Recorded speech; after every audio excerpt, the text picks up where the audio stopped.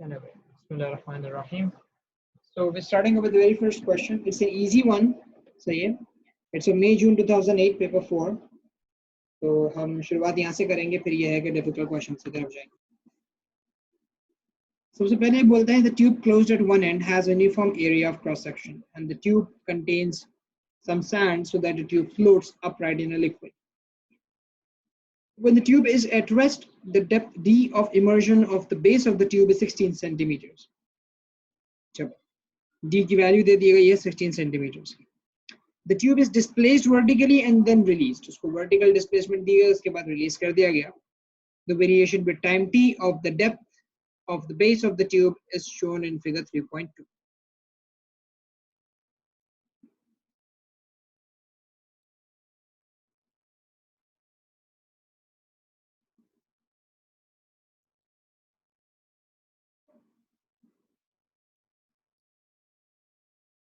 तो यहाँ पे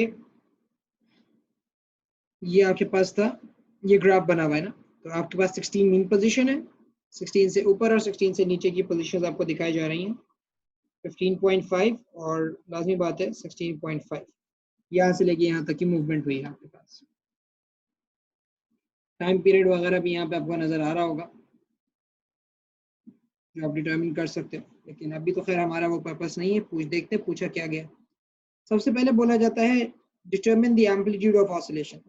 अच्छा, एम्पलीट्यूड ये होता है कि मीन पोजीशन से आपका ऑब्जेक्ट कितना ऊपर गया है या कितना नीचे आया है. मीन पोजीशन 16 है और आप ये देख रहे हैं कि मैक्सिमम 16.5 की डिस्प्लेसमेंट रही है और मिनिमम 15.5 की रही है. तो जो डिस्प्लेसमेंट हुई है वो असल में 0.5 सेंटीमीटर्स की हुई है. जो एम्पलीट्यूड है वो 0.5 सेंटीमीटर है, मैक्सिमम एम्पलीट्यूड को अगर हम कहें. फिर मांगा गया है टाइम पीरियड बताइए. देखिए, अगर टाइम पीरियड मांगा गया है तो आपकी एक ऑसिलेशन यहाँ से शुरू हुई और यहाँ पे खत्म होती है. सही, ये मार्क इधर आ गया, दिस इज 0, दिस इज 5, 6, 7, ये 8 आ रहा है, 0.8 इन शॉर्ट. ठीक है, 0.8 आपका टाइम पीरियड है.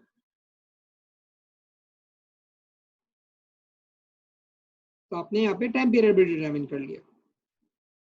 फिर बोलते हैं calculate the vertical speed of the tube at the point when the displacement is 16.2 centimeters. देखो, वर्टिकल स्पीड मांगी गई है. स्पीड के लिए हमारे पास फॉर्मूला था plus minus omega under root x not square minus x square. वो साइन कॉस टेन वाले फॉर्मूले उस वक्त यूज करते हो जब टाइम गिवन होता. अगर वो बोलता मुझे इस टाइम पे बताइए स्पीड क्या है, तो फिर आप साइन और कॉस वाले फॉर्मूले की तरफ जाते. अभी हमेशा क्वेश्चन में देखोगे 95% ऑफ द टाइम वो डिस्प्लेसमेंट देके आपसे वैल्यू निकलवाए. तो वो आपसे बोल रहे हैं भाई हमें डेप्थ 16.2 है, उस वक्त बताइए उसकी स्पीड कितनी है. तो हमें सबसे पहले ओमेगा की जरूरत है. यहाँ पे ओमेगा मिलेगा 2 पाई अपॉन कैपिटल टी से, जिनमें से टाइम पीरियड 0.8 सेकंड हमारे पास आ गया था, under root x not square minus x square. आपने अभी थोड़ी देर पहले एम्पलीट्यूड डिटरमिन किया है, जो आपका एक्स नॉट था 0.5 और x आपकी अभी करंट डिस्प्लेसमेंट है. अब देखो, मीन पोजीशन जो थी वो 16 पे थी, ये 16.2 है. तो जो अभी करंट डिस्प्लेसमेंट है वो 0.2 सेंटीमीटर्स की है. 16.2 आपकी, आप कह लो कि इस वक्त की डिस्प्लेसमेंट आपको वैसे बताया जा रहा है. देखिए, हम डिस्टेंस सरफेस से नहीं देखते हैं, हम मीन पोजीशन से देखते हैं डिस्प्लेसमेंट को. तो हमारा जो ग्राफ शुरू हुआ था वो 16 से शुरू हुआ था. ये हमारे लिए रेफरेंस 0 है, एक तरह से समझ लो. ये प्लस 0.5 है, ये माइनस 0.5. तो 16.2 का मतलब ये है कि आप पॉजिटिव 0.2 के ऊपर मौजूद हो, उसको आप 16.2 बोलोगे. तो बात सारी ये है. तो आपके पास डिस्प्लेसमेंट जो था वो 0.2 का था. इस क्वेश्चन में ये ट्रिक था. तो 0.5 स्क्वायर माइनस 0.2 स्क्वायर, यहां से आप वेलोसिटी निकाल सकते हो.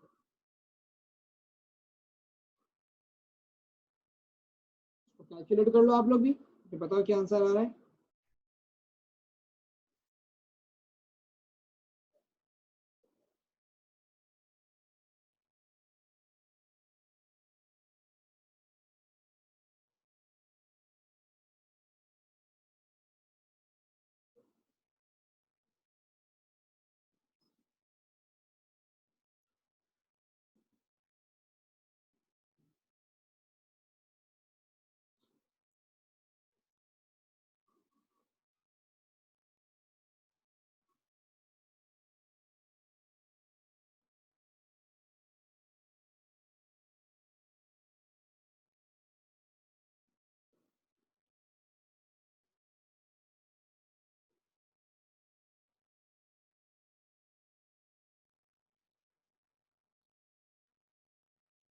ठीक है 3.599 मतलब 3.56 आ रहा है आपके पास, वो 3.656 बोल रहा हूं, 3.6 सेंटीमीटर्स पर सेकंड आपके पास वेलोसिटी आ जाएगी।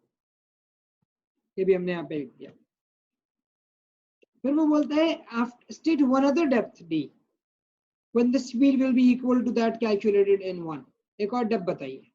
देखो मैंने आपको बताया था कि ये जो ऑसिलेशन होती है हमारे पास ये सिमेट्रिक तरह से मूवमेंट होती है। तो अगर 0.2 सेंटीमीटर की मैं बात करूं तो ये मीन पोजीशन से 0.2 ऊपर भी हो सकता है, ये मीन पोजीशन से 0.2 नीचे भी हो सकता है। मतलब 16 मीन पोजीशन थी तो 0.2 ऊपर 0.2 नीचे मतलब -0.2 जो कि बन जाएगा 15.8 की लोकेशन। तो इस डेप्थ पे भी आपको वही स्पीड मिलेगी। ठीक, ये दो डेप्थ ऐसी हैं जिस पे आपको सेम स्पीड मिल रही होगी, क्योंकि आपने देखोगे पेंडुलम जब नीचे आ रहा होता है तो एक दफा आप मीन पोजीशन की तरफ आते हुए उसकी वही स्पीड होती है और मीन पोजीशन से दूर जाते हुए भी उसकी वही स्पीड हो सकती है। तो यहाँ पे जो अगली वैल्यू है वो 15.8 सेंटीमीटर। अब बोलते हैं explain what is meant bye damping. Damping explain कीजिए। तो आप बोलोगे it is the decrease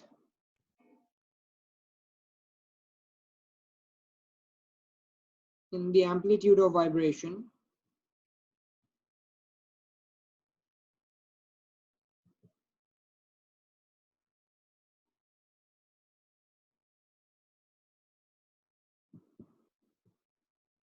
due to the loss of energy as the लिख दिया मैंने गलती से।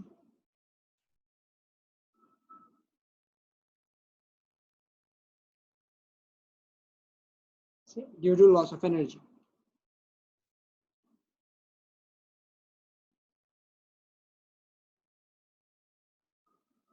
in the form of heat। अब इसमें एक्सप्लेन करने को बोला था तो आप चाहो थोड़ी सी और बात भी लिख सकते हो कि भाई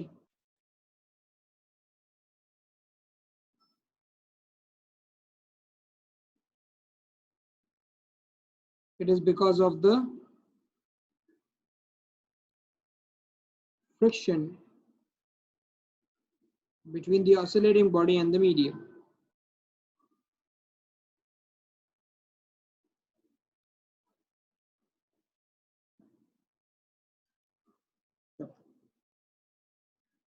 अब आपसे बोलते हैं the liquid in these now cooled so that although the density is unchanged there is friction between the liquid and the tube as it oscillates। कह रहा फ्रिक्शन आ गई है, अब हमने थोड़ा सा कूल कर दिया इसको। तो having been displaced the tube completes approximately 10 oscillations। मतलब ये बताने का तरीका है कि ये लाइट डंपिंग हो रही है, करीबन 10 oscillations लग रहे हैं, उसके बाद जाके वो रेस्ट पे। we have light damping going on before coming to rest। On figure 3.2 draw a line to show the variation with time of the depth d for the first 2.5 seconds of motion।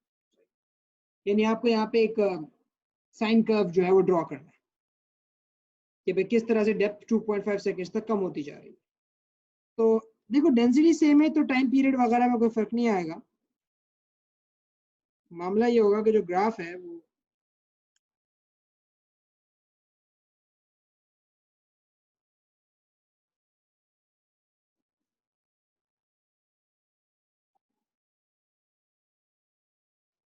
ये ऐसा graph हो जाएगा कि gradually आपके पास oscillation जो है वो कम होती चली जा रही है। लाइट डैम्पिंग शो करोगे आप।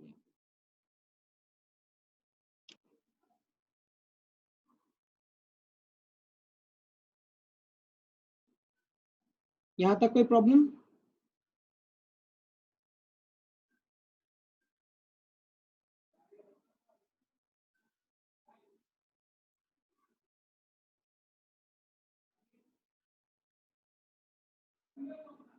चलो आगे बढ़ते फिर। एक और मैं जरा सवाल करवाता हूँ थोड़ा सा डिफरेंट टाइप का। ये सवाल देखते हैं, ये भी सिंपल हार्मोनिक का ही क्वेश्चन है। इस क्वेश्चन के अंदर ये कहा जा रहा है कि सबसे पहले पार्ट में तो भाई define the simple harmonic motion. Simple harmonic motion define कीजिए। तो सिंपल हार्मोनिक मोशन डिफाइन करने के लिए बोलोगे it is a periodic motion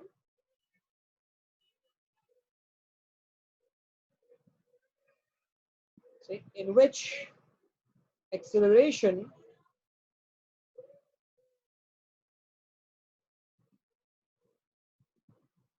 is directly proportional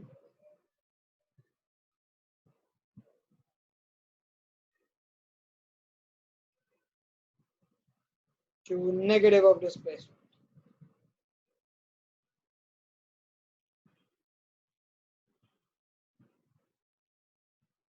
ये आपने SHM जो है वो डिफाइन कर दिया। फिर वो बोलते हैं the tube is sealed at one end as a total mass m and a uniform cross sectional area of a.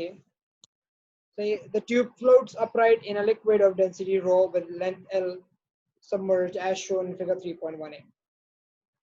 और इन्होंने आपको ये position they the, the tube is displaced vertically and then released, oscillate कर रहा है और उसके acceleration का फॉर्मूला दे दिया गया। अब देखो एक्सेलरेशन का जनरल सिंपल हार्मोनिक मोशन का फॉर्मूला होता है a equals minus omega square x। तो इस चीज के मुताबिक आपको ओमेगा स्क्वायर का एक फॉर्मूला मिल गया a rho g over m। Comparison के थ्रू आपने इस चीज को डिटरमिन कर दिया। But explain how it can be deduced from the expression that the tube is moving with simple harmonic motion. कैसे इक्वेशन को डिटरमिन कर सकते हैं कि ट्यूब सिंपल हार्मोनिक मोशन से मूव कर रही है। इसमें दो बातें हैं। सबसे पहले कि भाई acceleration is directly proportional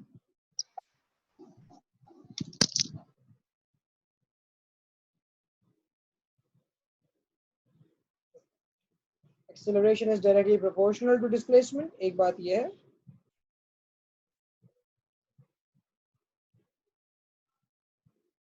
और दूसरा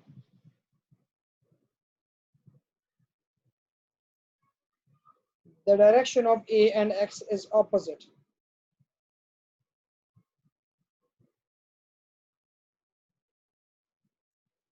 as shown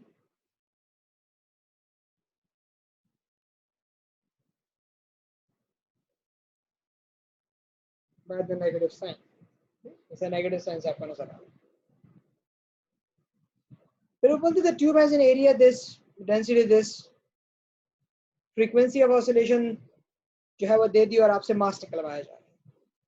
तो देखो आसान से सवाल है। ओमेगा की एक्सप्रेशन तो आपने वैसे ही बना ली थी कंपेयर करके ना। ओमेगा स्क्वायर को आपने बोला था a rho g upon m। तो ओमेगा स्क्वायर आपका हो जाएगा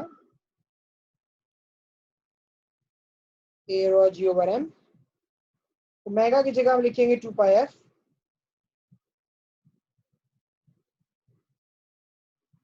तो मास हो जाएगा a rho g upon 2 pi f का स्क्वायर।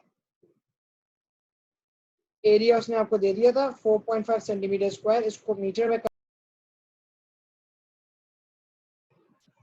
सॉरी इंटरनेट का इशू था। सो हमें जो एरिया है वो 4.5 सेंटीमीटर स्क्वायर दिया हुआ है। उसको मीटर में करने के लिए 10 पावर -2 करेंगे, लेकिन क्योंकि स्क्वायर लगा हुआ था सेंटीमीटर पे तो इसको भी हमें कन्वर्जन फैक्टर को भी स्क्वायर करना पड़ेगा। डेंसिटी 1 एक्सपोनेंट 3 है और उसके बाद ग्रेविटी 9.8 है divided by 2 pi of frequency 1.5।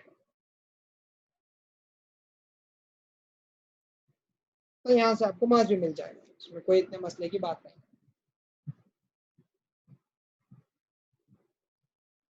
ये आंसर वैसे आपके पास आएगा किलोग्राम्स के अंदर।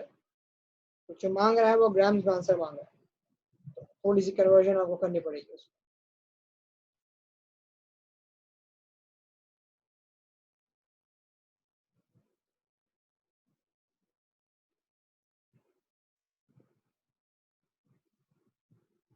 मैंने होल पे स्क्वायर रखा हुआ है ना, स्क्वायर अप्लाई नहीं किया मैंने।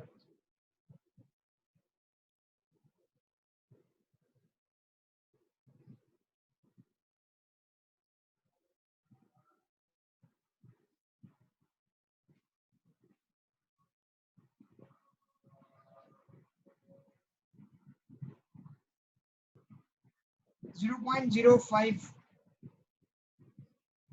यानी 50 ग्राम्स आ रहा है मेरे पास आंसर। आप लोगों के पास भी प्रॉब्ली शायद यही आएगा।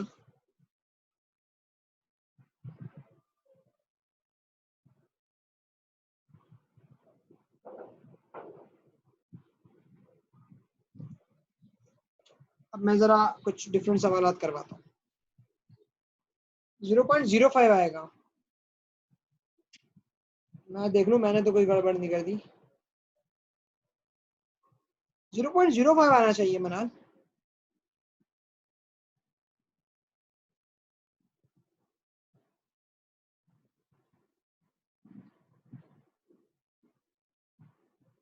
देख लेना, ये मैंने भी कैलकुलेट किया तो 0.05 आ रहा है, हो सकता है कुछ गड़बड़ हो गई हो। Things happen। अच्छा,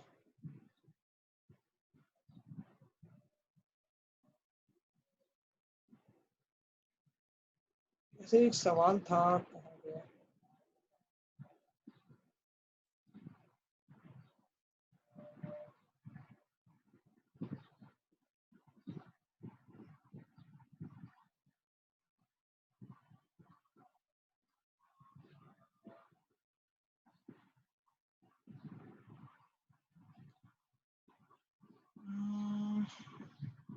ये भी आसान है यार, मैं एक आइडिया दे देता हूँ थोड़ा सा। ये क्वेश्चन है मई जून 1441 का, मई जून 1441। क्वेश्चन में कहा यह जाता है, ये एनर्जी का बेसिक क्वेश्चन है। ये कहा यह जाता है कि student investigate the energy changes of mass oscillating on a vertical spring as shown in figure 4.1. The student draws a graph of the variation of displacement x against energy, और आप देख रहे हैं कि डिस्प्लेसमेंट का ताल्लुक एनर्जी के साथ किस तरह से आ रहा है। तो state whether the energy represents the total energy, potential energy और kinetic energy। भाई देखो, मीन पे मैक्सिमम होना और एक्सट्रीम्स पे जीरो होना, ये लाजमी सी बात है काइनेटिक एनर्जी की निशानी। काइनेटिक एनर्जी मीन पोजीशन के ऊपर मैक्सिमम होती है क्योंकि वो सबसे ज्यादा फास्ट वहीं से गुजरता है, एक्सट्रीम्स पे वो जीरो होती है। यहाँ पे आप ये कह सकते हैं कि भाई आपके पास काइनेटिक एनर्जी का graph. So then the student repeats the investigation with a smaller amplitude. Maximum value of E is now found to be 1.8 millijoules. वो बोला भाई एक स्मॉलर एम्पलीट्यूड पे एक्सपेरिमेंट परफॉर्म किया गया और मैक्सिमम वैल्यू एनर्जी की 1.8 मिलीजूल्स है। Well, they use this figure to determine the change in amplitude. Explain your working. अब ये कैलकुलेट करेंगे कि एम्पलीट्यूड में कितना चेंज आया जब आपने, यानी एनर्जी जो है वो 1.8 मिलीजूल्स हो गई, अब एम्पलीट्यूड कितना होगा। आप ये देखते हैं कि भाई पहले हमारे पास एम्पलीट्यूड था 1.5 का, तो जो मैक्सिमम एनर्जी हम रीड कर रहे थे वो 2.4 मिलीजूल्स रीड कर रहे थे, ठीक है। अब मामला सारा ये है कि भाई डिस्प्लेसमेंट और एनर्जी का आपको पता है, ये मैक्सिमम एनर्जी थी। अगर आपको याद हो मैक्सिमम ये टोटल एनर्जी जो आप मेजर करते हो टॉप पोजीशन पे, वो होती है half M omega square x not square. ये एनर्जी का मामला होता है। तो स्टार्टिंग में जो अभी आपके पास मतलब जो सिचुएशन है इनिशियली, जब आप 2.4 मिली जूल्स की एनर्जी की बात कर रहे हैं, आपको मास नहीं पता, आपको फ्रीक्वेंसी नहीं पता, लेकिन ये पता है कि उस पर डिस्प्लेसमेंट 1.5 की आएगी। आप चाहो यूनिट कन्वर्जन कर सकते हो, मैं किसी वजह से नहीं कर रहा क्योंकि मैं कंपैरिजन करूँगा। तो मेरे पास 2.4 अपॉन 1.5 स्क्वायर होगी और इस पूरी चीज को मैं कांस्टेंट के बोल देता हूँ। वो इसलिए क्योंकि ना हाफ चेंज होगा, ना मास चेंज हो रहा है, ना ओमेगा चेंज हो रहा है। सही, आपके पास सारी चीजें वही हैं, सिर्फ ये चीज आपने चेंज किया। भले कहता हूँ omega is same for both cases, ये एक्सप्लेनेशन आ जाएगी मेरे पास। दोनों केसेस के लिए मुझे ओमेगा जो है वो सेम मिला। तो अब ये है कि भाई मैं यहाँ पे, ये मेरी इनिशियल कंडीशन थी ना, अब उसने बोला कि 1.8 मिली जूल्स हो गया, टोटल एनर्जी का फिर दोबारा फॉर्मूला लगा और अब एनर्जी हो गई है 1.8। ये पूरी चीज के है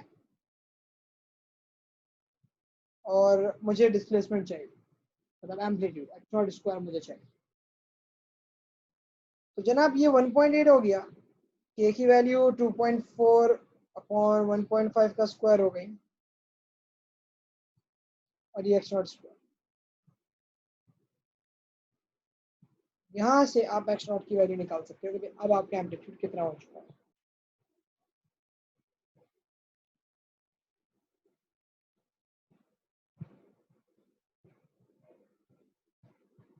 अब हमारा एम्पलीट्यूड आ रहा है 1.299 यानी 1.3 सेंटीमीटर।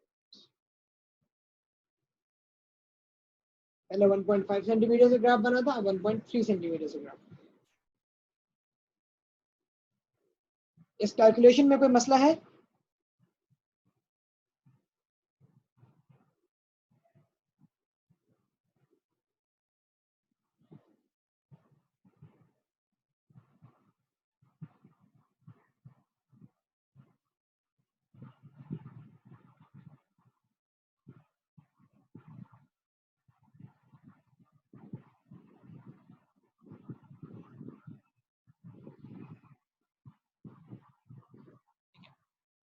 अगर मुझे इसका ग्राफ बनाने को बोला जाता,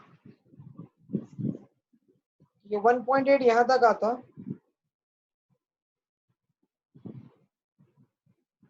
और ये 1.3 से बनता ग्राफ।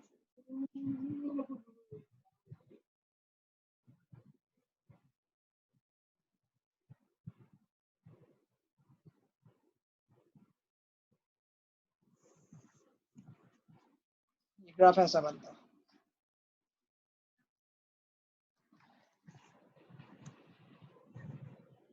ठीक है।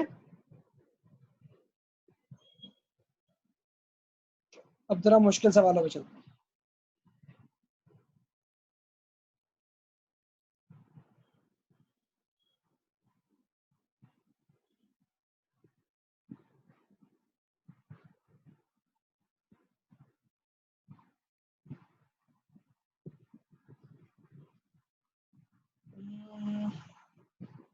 ये मैं फिर भी करवा देता हूँ, इसमें एक दो बातें हैं जो थोड़े सा रिमाइंड हो जानी चाहिए। सबसे पहले बात आता है मेजर 1641 पे, ये state by reference to displacement what is meant by simple harmonic motion.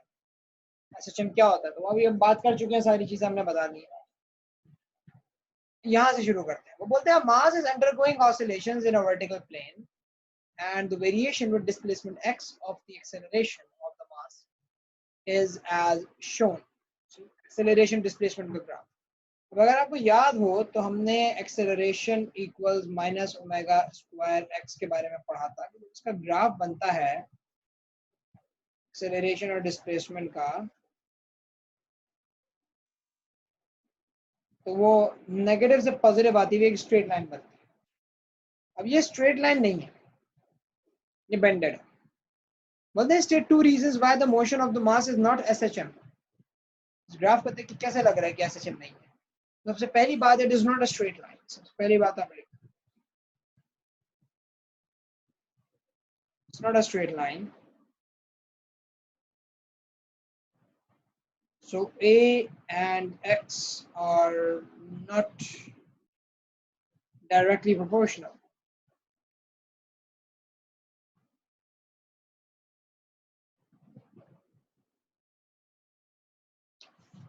दूसरा मसला, डिस्प्लेसमेंट दोनों साइड पे सेम होनी चाहिए और एक्सेलरेशंस भी दोनों साइड पे सेम होनी चाहिए।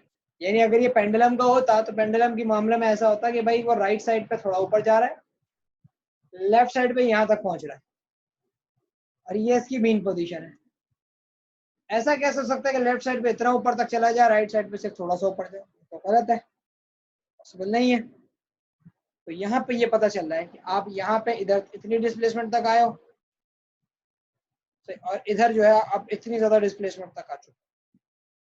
तो यहाँ से आप इस बात को भी जज कर सकते हो कि ये गलती है। आप कह सकते हो कि भाई the displacement is not same on both sides.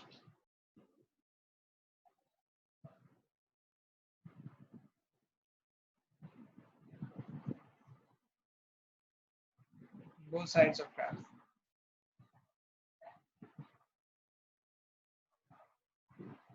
बात समझ में आई है? इन छोटी छोटी बातों का थोड़ा हमें ख्याल रखना पड़ेगा। ये बारीकियां हैं जो अक्सर स्किप हो जाती हैं हमसे और हम चीज़ों को समझ नहीं पाते।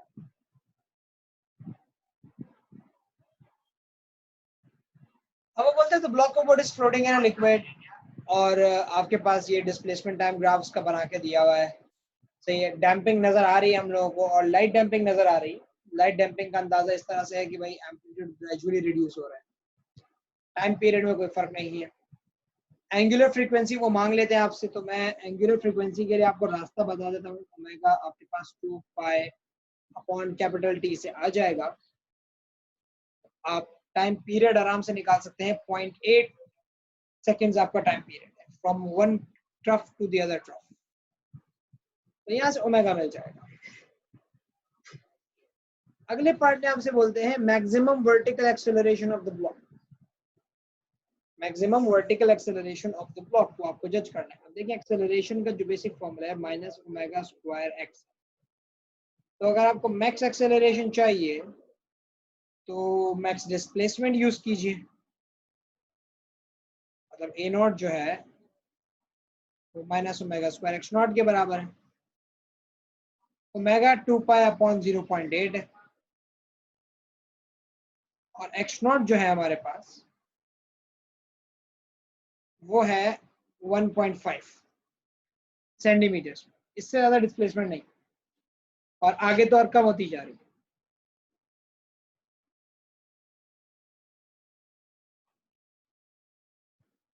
आप चाहे तो माइनस भी रख सकते हैं, लेकिन फर्क नहीं पड़ेगा क्योंकि ऊपर स्क्वायर नहीं, चलो माइनस रख दो, मैग्नीट्यूड आ जाएगा आपके पास। तो अगर मैं इसको सॉल्व करूं तो मुझे मैक्सिमम एक्सेलरेशन जो है वो मिल जाएगा। तो मैं कैलकुलेट कर लेता हूं।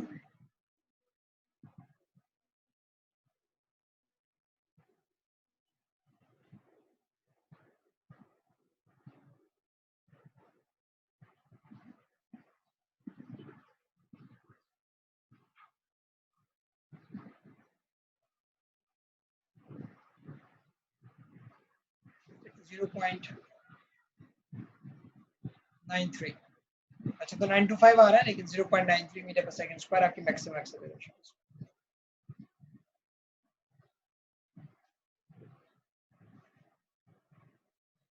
बोलते हैं फिर ये है कि the block of mass 120 grams, oscillation of the block is damped. Calculate the loss and energy of the oscillations during the first 3 complete period of its oscillation.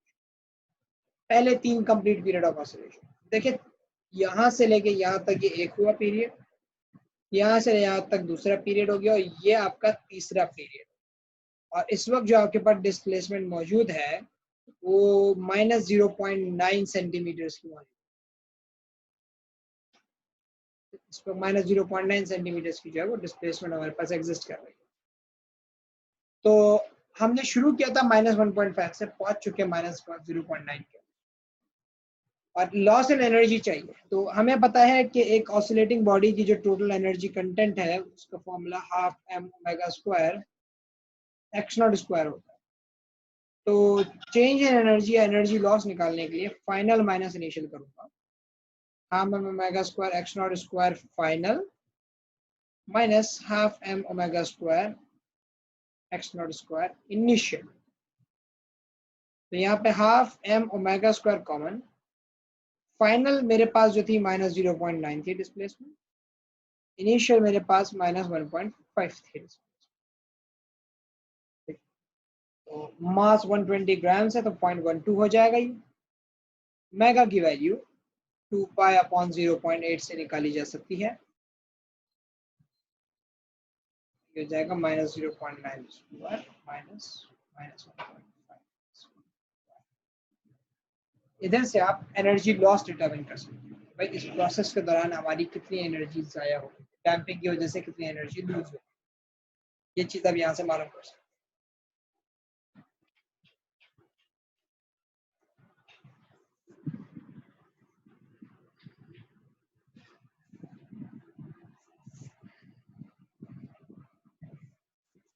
तो मसला यहाँ तक अगर किसी को तो वो पूछ ले मुझसे।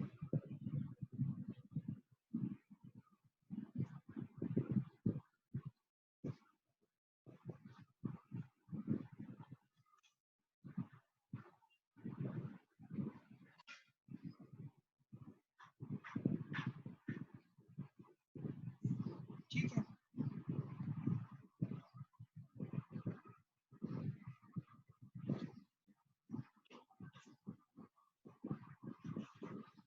ये सवाल भी बड़ा अच्छा है, ये थोड़ा सा कॉम्प्लिकेटेड है, मतलब घुमा फिरा हुआ सवाल है, लेकिन चीजें बड़ी आसान आसान पूछी हुई है।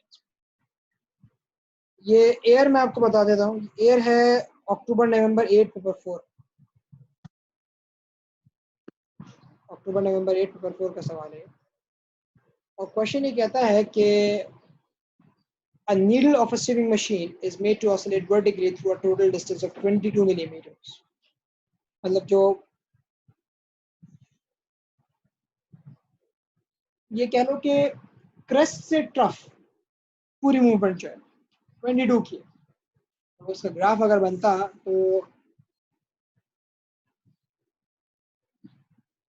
यहाँ से रहेगी यहाँ तक 22 है।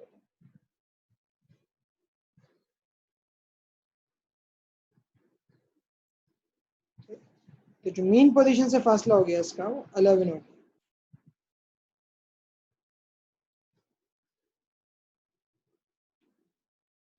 वो बोलते हैं भाई the oscillations are simple harmonic and the frequency of 4.5 hertz. सही, cloth is being sewn at the position 8 millimeters above the cloth. Needle की जो भी पोजीशन है वो क्लॉथ से 8 मिलीमीटर ऊपर है, ठीक है।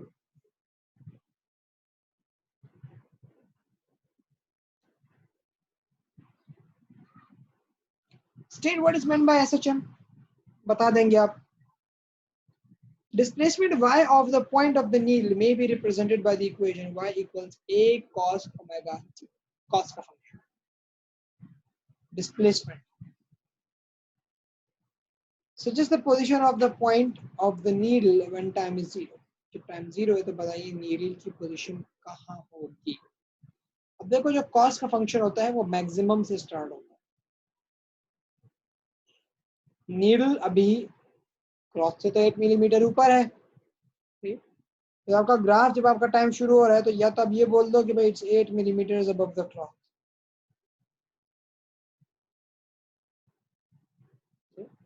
तो भाई वो क्लॉथ से 8 मिलीमीटर की ऊंचाई के ऊपर मौजूद है।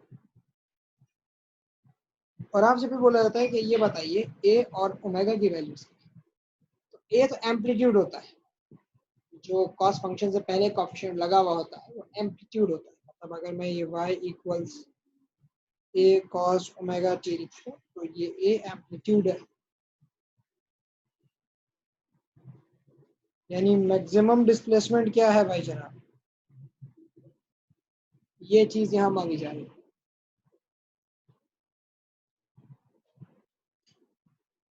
तो भाई मैक्सिमम डिस्प्लेसमेंट तो हमने बोला था 11 मिलीमीटर है, कि वो बोल रहे थे 20 मिलीमीटर पूरा मूव करता है, तो ये हमारे पास 11 mm। फिर बात आती है ओमेगा की।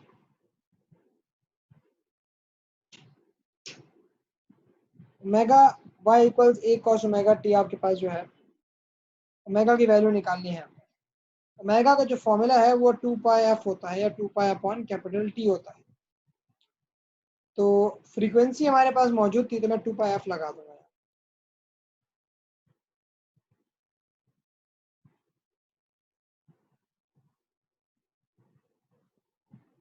9 पाई, ये आपके पास ओमेगा आ गया। अब बोलते हैं calculate for the point of the needle the maximum speed, उसकी मैक्सिमम स्पीड कितनी होगी। तो देखो अगर आपको याद हो स्पीड का फॉर्मूला,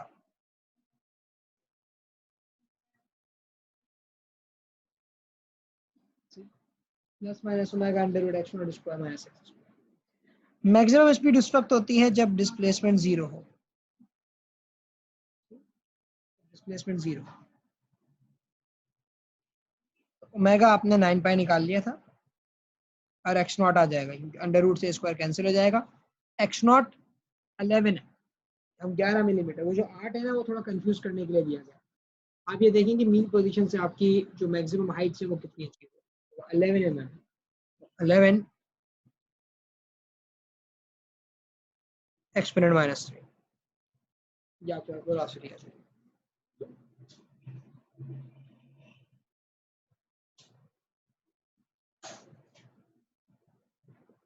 ये 0.3 हो गया। 0.31 मीटर्स पर सेकंड। ये मैक्सिमम स्पीड है जो आपकी स्विमिंग नीडल अचीव कर सकती है।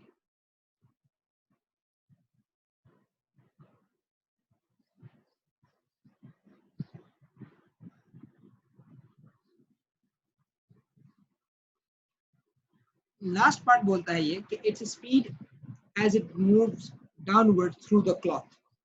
जब वो नीडल क्लॉथ को क्रॉस करते हुए जाती है तब उसकी स्पीड कितनी है। अब देखो मैं मिसाल देता हूँ, ये मेरा क्लॉथ है, सही है, और नीडल यहाँ थी,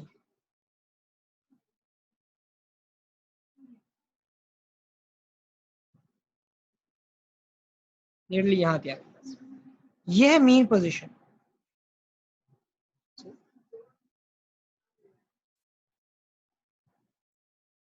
तो ये 11 millimetre above from the mean, और लाजमी बात है 11 millimetre below from the mean. ये आपकी एक्सट्रीम जोन। आपका जो वो बोल रहे हैं कि जब आपकी नीडल क्लॉथ क्रॉस कर रही हो, सही, जब नीडल क्लॉथ क्रॉस कर रही हो तो बताइए कितनी। अब देखें यहाँ पे जो नीडल की पोजीशन थी क्लॉथ से ऊपर, वो 8 mm की थी। तो जब नीडल जो है वो अपने इस पोजीशन से नीचे की तरफ आई होगी मूव करती हुई 8 मिलीमीटर नीचे, तो अब उसकी जो डिस्प्लेसमेंट है वो मीन पोजीशन से सिर्फ और सिर्फ 3 mm रह चुकी होगी। नीडल है, इसकी जो डिस्प्लेसमेंट है, उसकी टिप की जो डिस्प्लेसमेंट है वो मीन पोजीशन से 3 mm रह गई होगी, क्योंकि वो 8 मिलीमीटर ट्रैवल करते हुए नीचे आ चुकी है। अगर आप इधर डायग्राम देखें तो ये आपको नजर आएगा कि भाई ये 8 मिलीमीटर ट्रैवल करके जब नीडल आएगी नीचे तो वो मीन पोजीशन से इस वक्त 3 mm ऊपर होगी, क्योंकि यहाँ से लेके मीन पोजीशन से लेके टॉप तक का जो फासला है वो 11 mm है। एक्सट्रीम लोकेशन है ना इसकी, 11 mm है।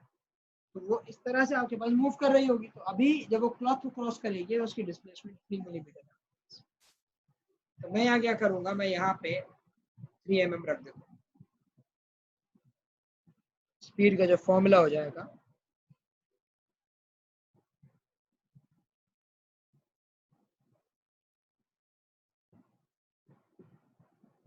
2πf, बल्कि ओमेगा तो निकाल लिया था ना, 9 पाई आया था हमारे पास, 9 x not was 11 minus x square जो कि इस वक्त 3 है करंट डिस्प्लेसमेंट। यहां से आपको पता चल जाएगा आपके पास उस क्लॉथ की, उसके अंदर से गुजरते हुए नीडल जो है वो क्लॉथ से गुजरते हुए नीडल की स्पीड कितनी है। क्लॉथ की स्पीड बोल रहा हूँ मैं।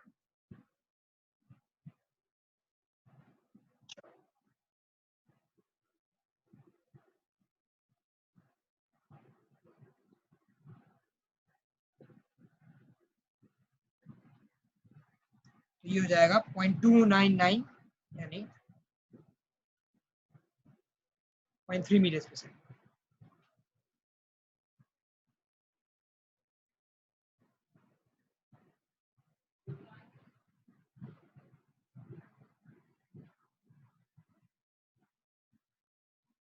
ठीक है, तो ये आपके पास इसका भी आंसर आ गया। जब वो क्लॉथ से गुजरेगा तो वो उसकी स्पीड,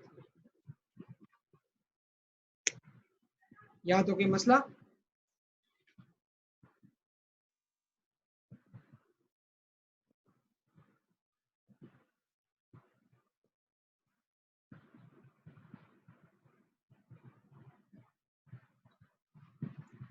ठीक,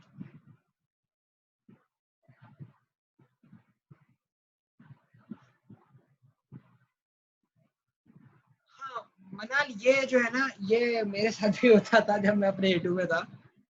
तो जब क्वेश्चन सामने आता तो कुछ नहीं पता चलता था कि ये क्या होगा, कैसे लगेगा, क्या सॉल्व करेंगे। इसके लिए काफी प्रैक्टिस लगती है। मतलब what I would suggest you कि जितने पास पेपर्स आपके पास हैं, जब आप ऑसिलेशंस के इन तमाम क्वेश्चंस को करोगे तो क्वेश्चंस कर कर के आपके पास जो अप्रोचेस है ना उनका अंबार आ जाता है। अब आपको पता होता है कि भाई जो सवालात हैं इनको मैं अप्रोच कैसे करूँ, रास्ते पता चल जाते हैं कि भाई ये सवाल निकालने के तरीके क्या हैं। तो ये बात फैक्ट है कि शुरू के अंदर अक्सर अंदाज़ा नहीं हो पाता कि हम जो सॉल्व कर रहे हैं ये सॉल्व होगा कैसे, मतलब उसके जो सोचने का मामला है, लेकिन it will take you some time, but after that you will realize कि भाई अच्छा ठीक है, इस क्वेश्चन को यहाँ से अप्रोच किया। असल चीज़ तो फॉर्मूले के ऊपर बेस होती है, आप कौन से फॉर्मूला यूज़ कर रहे हो, फॉर्मूले के हिसाब से आपको अंदाजा होता है।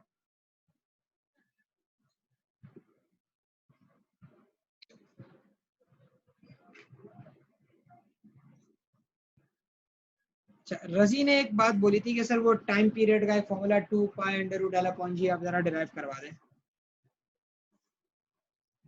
तो उसको जरा देख लेता हूँ मैं। वैसे इतना कोई वो है नहीं, थोड़ा लंबा रास्ता हो जाएगा ये, लेकिन चलो खैर, एसएचएम से रिलेटेड है ये पूरा, समझ लेंगे भाई। ये आपके पास पेंडुलम है, ठीक है, और ये मीन पोजीशन है, ठीक है, और ये आपका एंगल थीटा है, ये पेंडुलम की लेंथ एल और ये इसका वेट, ठीक है। अच्छा, ये सिंपल हार्मोनिक मोशन है, तो हमें पता है कि भाई आपके पास सिस्टम जो है एक्सेलरेट कर रहा होगा, और एक्सेलरेशन का जो फॉर्मूला है माइनस ओमेगा स्क्वायर एक्स होता है, सही। तो मुझे क्योंकि टाइम पीरियड चाहिए, तो मैं सीधा सीधा यहाँ पे जो मामला रख सकता हूँ,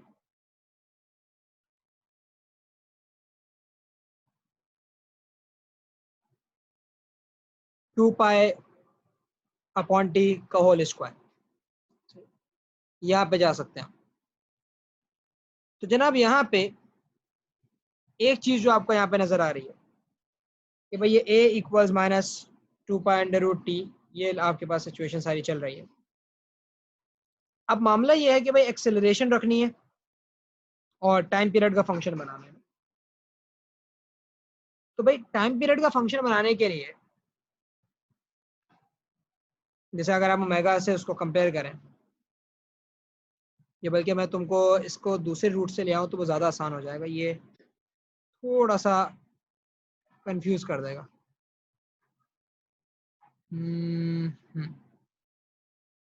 चलो खैर,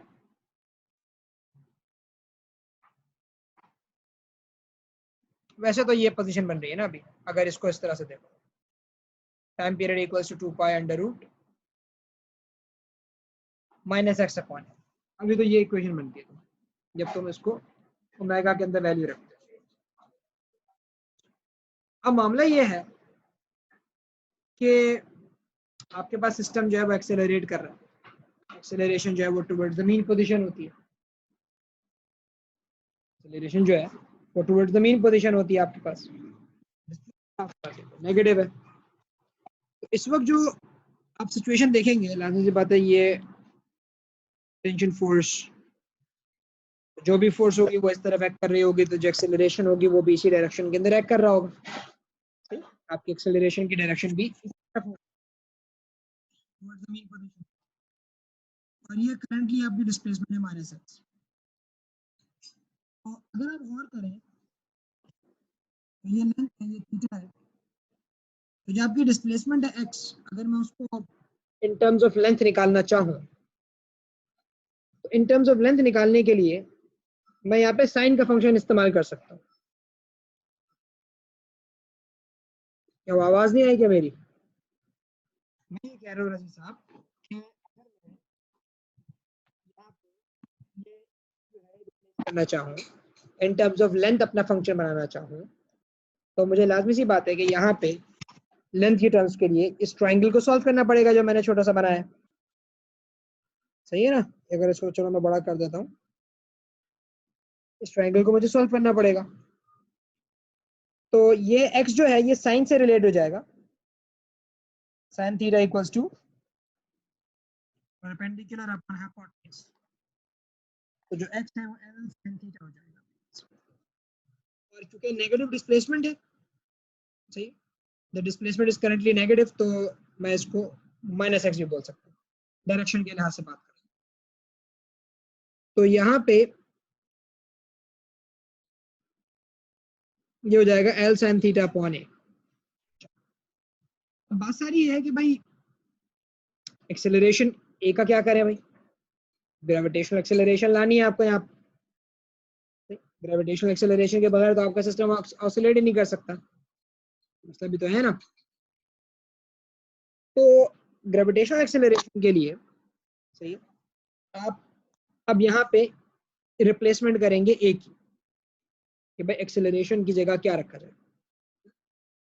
तो अगर आपको याद हो तो अक्सर आपको एक ये कॉन्सेप्ट बताया जाता था कि कोई भी अगर ऑसिलेटिंग बॉडी है,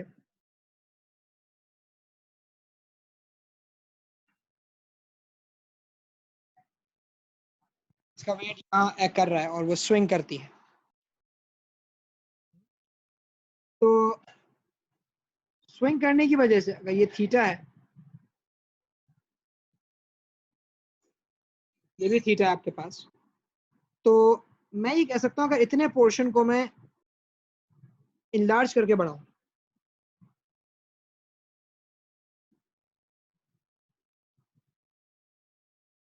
ये थ्रेड आ रहा था, मैंने उसी लाइन में एक्सटेंशन कर दिया,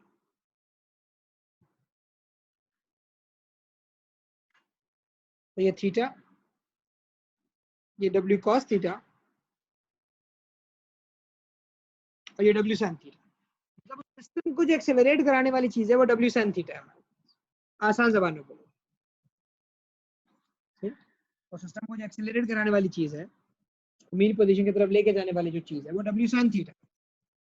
अगर मैं F net equals M A लगाता हूँ, एक फोर्स आएगी W sine theta equals M, W हो जाएगा एम जी, मास से मास कैंसिल, एक्सेलरेशन हो जाएगा जी साइन थीटा। तो मैं यहाँ पे एक्सेलरेशन की जगह लिख सकता हूँ जी साइन थीटा, ये दोनों साइन थीटा कैंसिल हो जाएंगे, एक सिंपल पेंडुलम जो कि सिंपल हार्मोनिक मोशन परफॉर्म कर रहा है, उसको फॉर्मूला आएगा आपके पास 2 पाई अंडर रूट अल्फा।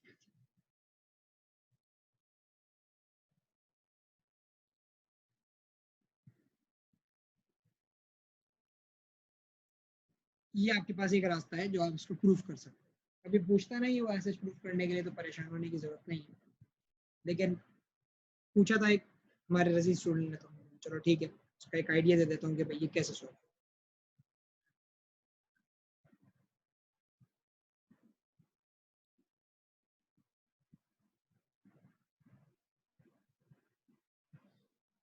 इसको देख लो एक नजर तसल्ली से, कोई मसला हो तो पूछ लो।